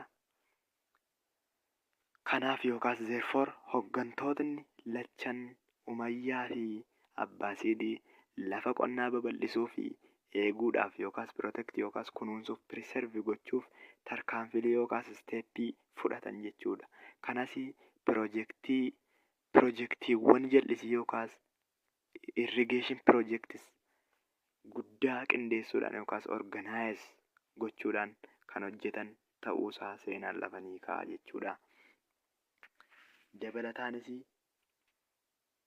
Muslim scholars wrote treatises on the means of improving the soil and promoting the growth of trees, vegetables and fruits jedha jechuudha. Kun immoo maal jechuudha? Hayyootni musliimaa mala yookaan treatises mala mukkeen ittiin guddisanii fi biyyee kunuunsan kuduraa fi muduraa guddisuu irratti illee barreeffama akka barreessan yookaas kitaabilee akka barreessan seenaan ni dubbata jechuudha. Farmers cultivated food crops, dates and grain as well as cash crops including sugarcane, cotton, medical herbs and flowers jedha jechuudha. Kun immoo maal jechuudha? Qonnaan bultoonni yookaas farmers midhaan nyaataa yookaas food crops tamiiraawwan dates kan jennuu fi callaa yookaas gireenii akkasumas callaawwan gurguraman shonkooraa, sugarcane, jirbii yookaas cotton, baala yaalaa yookaas herbs kan jennufaa fi daraaraawwan oomishaniiru jechuudha. Kan gurguramuu fi kan nyaatamu hedduu namootni kun akka oomishaa turanidha jechuudha. Settled farmers and the mobile nomads of the deserts still maintained economic ties jedha jechuudha. Qonnaan bultoonni qubattoonni yookaas settled farmers godaantotni gammoojjii ammallee hariiroo dinagdee eeganii jiru jechuudha. Economic ties yookaas walitti hidhatiinsa dinagdee kana qubattootni yookaas jiraattotni qote bultootaa kun economic ties kana eeganii jiru jechuudha. Egaa nomads bought food items from farmers. Farmers, while settled communities obtained meat, wool, hides and packed animals from pastoral nomads jedha jechuudha. Kun immoo maal jechuudha? Nomads yookaas warri karaa deemtotni bought food items wanta nyaatamu yookaas wantoota nyaataman qote bultoota sanarraa bitatu, while akkasuma immoo settled community obtained meat warri qubatanii achi keessa jiraatan sun immoo warra karaa darbu kanarraa yookaas daldaltoota karaa deeman kanarraa foon hin bitatu, akkasumallee bineeldota garaagaraa irraa bitatu jechuudha. From pastoral nomads warra tikfattoota karaa deeman nomads kan jennu the people who had not a settlement at the specific place jechuudha.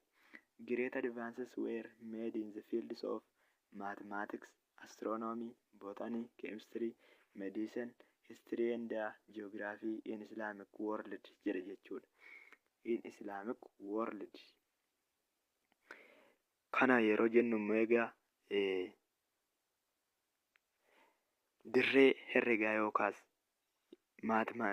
field of mathematics kan jennu dirree herregaa, astronomii, botanii, keemistirii, meedisinii yookaas qorichaa, seenaa yookaas histirii, jiyoogiraafii irratti addunyaa islaamaa keessatti olaansi yookaas advaansimentii yookaas guddinni argamee kan turedha jechuudha. Gama kana hundumaa irratti contributionii akka isaan qabanidha jechuudha. Both boys and girls received elementary education which emphasized reading and writing skills to study the Quran jedha jechuudha. Egaa ijoollotni dhiiraatii fi ijoollotni dubaraa barnoota sadarkaa tokkoffaa yookaas elementary education kan jennu fudhatanii kan turan yommuu ta'u, Quraana qorachuuf illee dandeettii barreessuu fi dubbisuu isaanii kan babal'isedha jechuudha. Barnootni kun dandeettii dubbisuutiif barreessuu isaanii kan dagaagsedha yookaas emphasized kan godheefidha jechuudha. Schools of religious instruction and Islamic law offered higher level learning jedhe jechuudha. Schools of Islamic instruction kan jennu manneen barnootaa sadarkaa olaanoollee ni banamanii jechuudha. Offered ta'an. Higher level of learning kan jennutu offered yookaas baname. Baghdad, Cairo, Cordoba and Timbuktu were among the renowned centers of higher levels scholarly learning in various fields jedha jechuudha. Kun immoo maal jechuudha egaa Kordobaa fa'aa kana keessatti bakkeewwan anamma maqaa dhadha'e kana hunduma isaa keessatti barnoonni sadarkaa olaanaa akka inni kennamaa turedha jechuudha. They also preserved ancient culture by translating Persian, Sanskrit and Greek texts into Arabic. Isaan kuni preserved ancient culture aadaa duraan turellee eeganiiru. Maal gochuudhaani barreeffamoota Sanskrit irraa, Greek irraa fi Araboota irraa hiikuudhaani duudhaan jiru sun akka inni jabaatee hafu ta'eera. Inspired by their works, hojii isaanii kanaan kaka'uudhaan yookaas inspired ta'uudhaani Muslim scholars translated the works of Greek philosophers as well as Hindu and Buddhist texts jedhe jechuudha. Egaa hayyootni musliimaa kuni hojii isaanii kanaan kakaafamanii yookaas inspired ta'anii hojii warra philosopheroota Giriikii fakkeenyaaf the three major philosophers of the Greek kan jennu Aristotle, Socrates fi Plato kan jennu hojiiwwan jarreen kanaa hiikanii akka isaan itti hojiirra oolchaa turanidha jechuudha. Hellenistic philosophy also flourished in several Middle Eastern schools including Academy of Alexandria in Egypt and the Great Medical School of Jundishapur in Iran jedha jechuudha. Manneen barnootaa olaanoo ta'an illee akka isaan dagaaganidha jechuudha. Middle Eastern yookaan baha giddu galeessaa kan jennu kana keessatti iddoo baay'eetti Hellenistic philosophiin illee hin daddagaage jechuudha. Among others, in Cordoba, the philosopher Ibn Rushd, known in Europe as Averroes, put all knowledge except the Quran to the test of reason. Jedhe jechuudha. Egaa kana yommuu jennu ammoo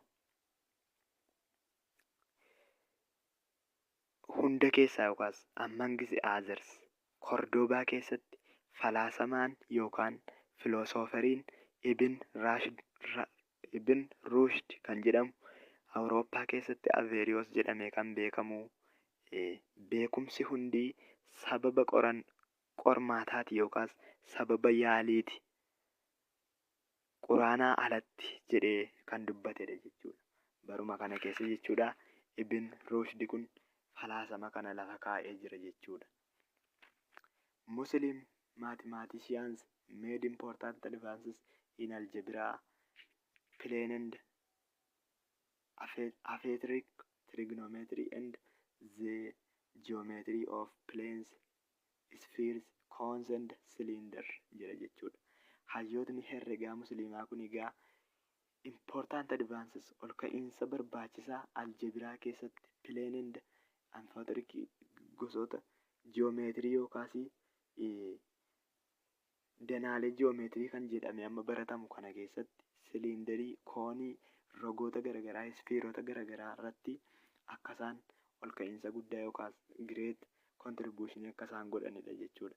Arabic numerals were of Hindu invention but Arabs introduced them to Europe jedha jechuudha. Egaa boqonnaa darbe keessatti akkuma baran lakkoofsotni Arabaa yookaas Arab numerals kan jennu 1, 2, 3 jedhanii kan itti fufan argannoo Hinduu turan jechuudha.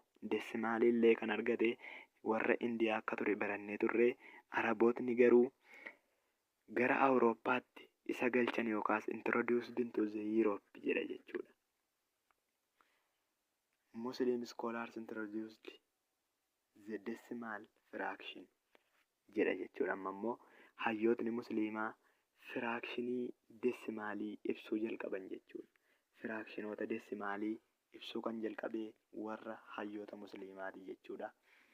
They applied their mathematical knowledge to the business accounting or banks were established in Baghdad and other cities as early as the 9th century. Land survey, astronomical calculations and mechanical devices jedha jechuudha.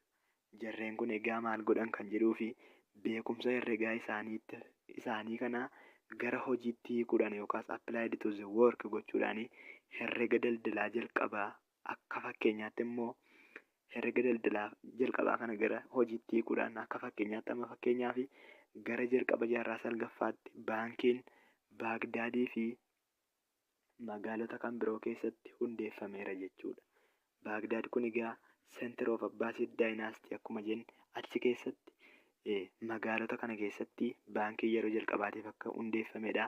Akkasumas qorannoo lafaa yookaas land survey kan jennu shallaggii astiroonoomii meeshaalee makaanikaalaas hojiirra oolchaniiru jechuudha hayyootni musliimaa kun jechuudha.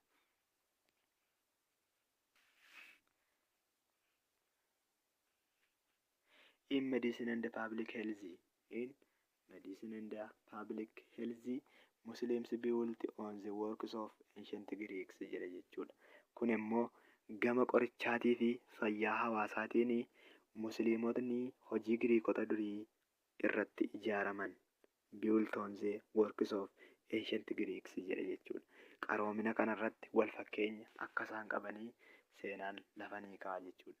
Hunaayaa ibn Isiyaq 873 developed the science of optics jedha jechuudha. Hunaayaa ibn kan jedhu kuni Hunaayaa ibn Isiyaq bara 873 saayinsii optiksii dagaagse jechuudha. Optiksiin kuni damee fiiziksii keessaa saayinsii waa'ee ifaa qo'atu yommuu ta'u Hunaayaa ibn Isiyaq namicha jedhamu kanaan kan dagaagde jechuudha.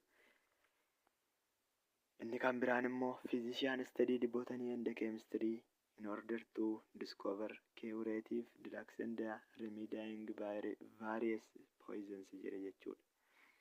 Various poisons yookaanis fiizistoonni bootaaniif keemistirii qoratan qorichoota dhukkuba ittisan yookaas curative drugs fi summiiwwan garaagaraa argachuuf jechuudha. To discover poisons jechuudha.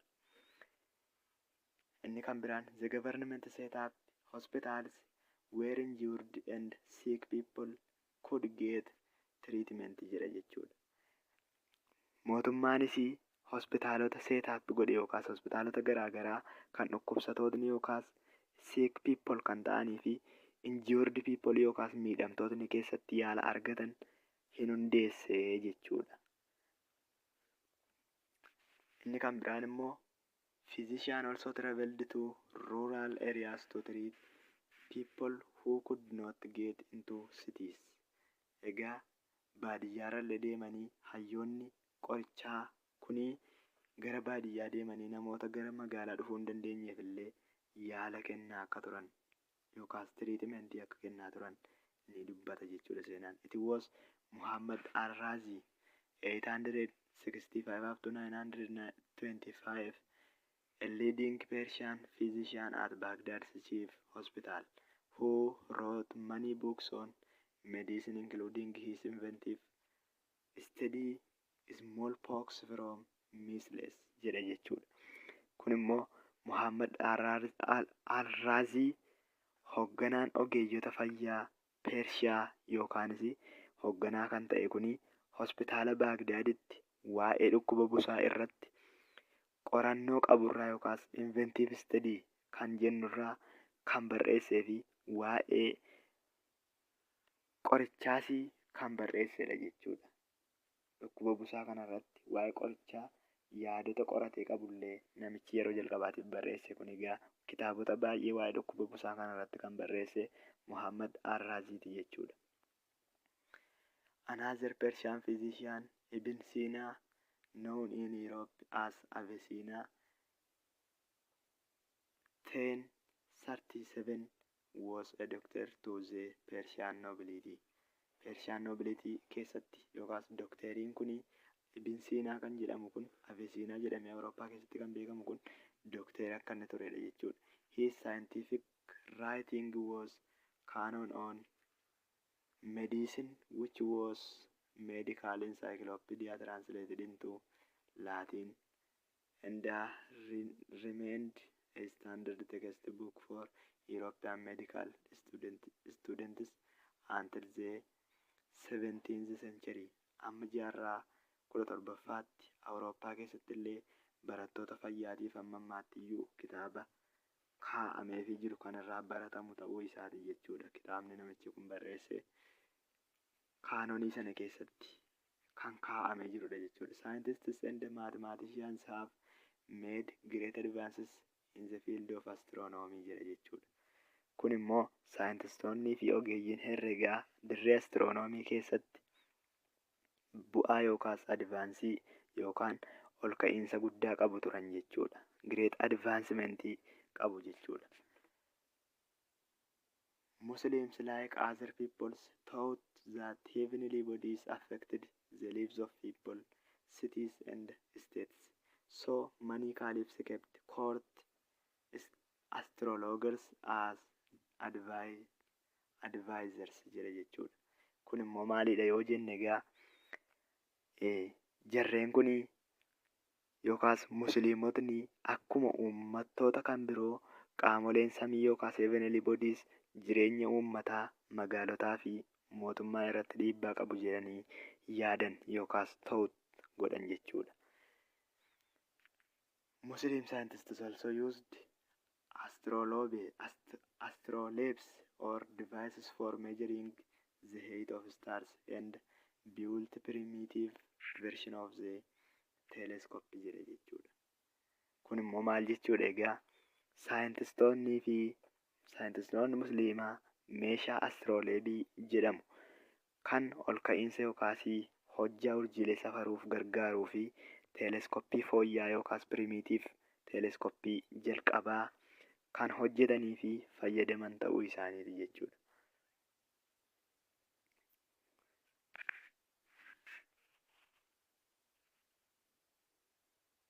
Muslim scientists knew that the earth was round.